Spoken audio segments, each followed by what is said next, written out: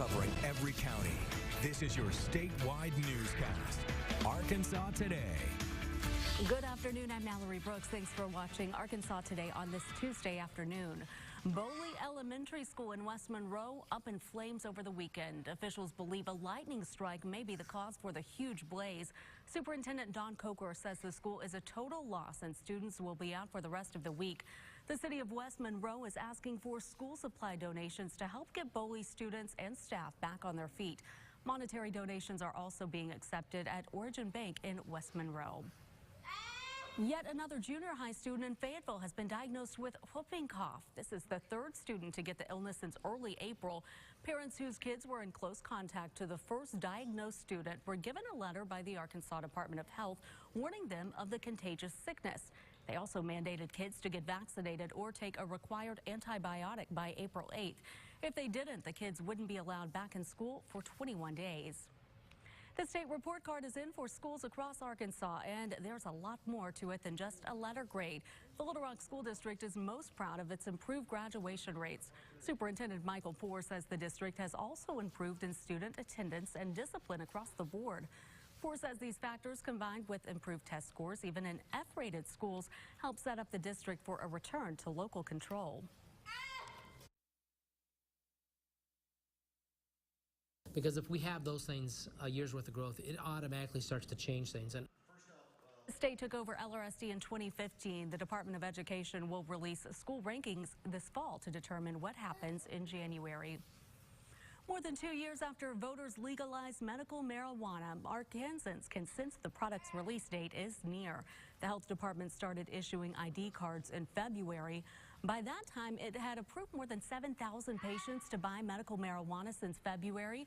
That number has grown to more than 10,000. Several cultivation facilities anticipate having product ready this month, as some dispensaries are almost ready to open their doors. A catastrophic fire engulfing the upper reaches of Paris's Notre Dame Cathedral as it was undergoing renovations on Monday. The blaze collapsed the cathedral's spire and spread to one of its landmark rectangular towers, but Paris's fire chief said this church's structure had been saved after firefighters managed to stop the fire spreading to the northern belfry.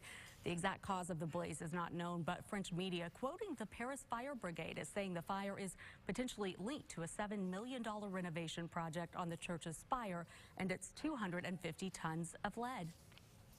Around the world, people watching in shock today as the fire spread through the cathedral, which has stood for more than 8 centuries and houses priceless treasures inside. They all watched as it happened yesterday. NBC's Ann Thompson now with the history that went up in flames.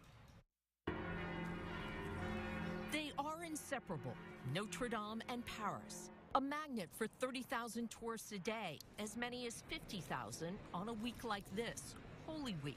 The remembrance of Christ's crucifixion and resurrection. But it's a cultural touchstone as well.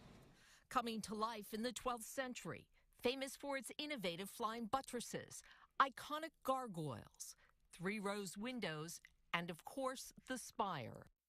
This is where Napoleon famously grabbed the emperor's crown from Pope Pius VII in 1804. A backdrop for American soldiers and French girlfriends during World War II.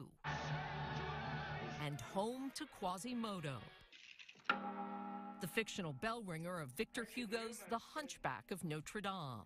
Who is the bell ringer of Notre Dame? Quasimodo, Your Majesty.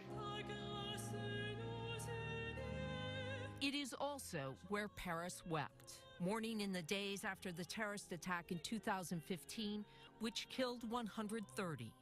Tonight, having survived revolutions and wars,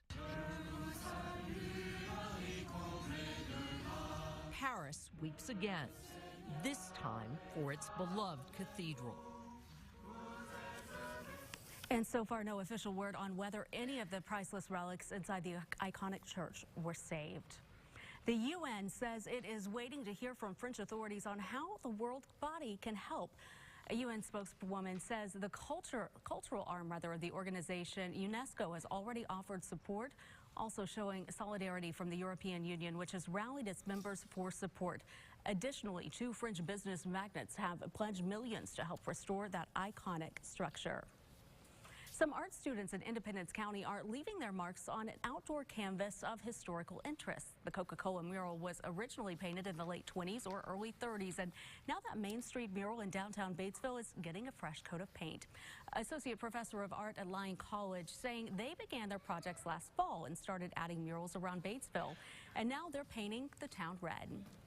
Well, let's take a look at the day ahead on this Tuesday, April 16th. Former Michigan State University President Luanna Simon will return to a Michigan courthouse. Simon will be questioned about what she knew about a 2014 investigation into Larry Nassar's conduct.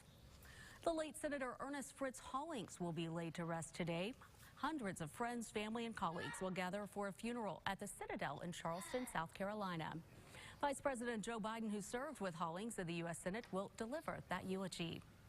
And taking a look back at today in history, on April 16th in 1789, President-elect George Washington left Mount Vernon, Virginia for his inauguration in New York.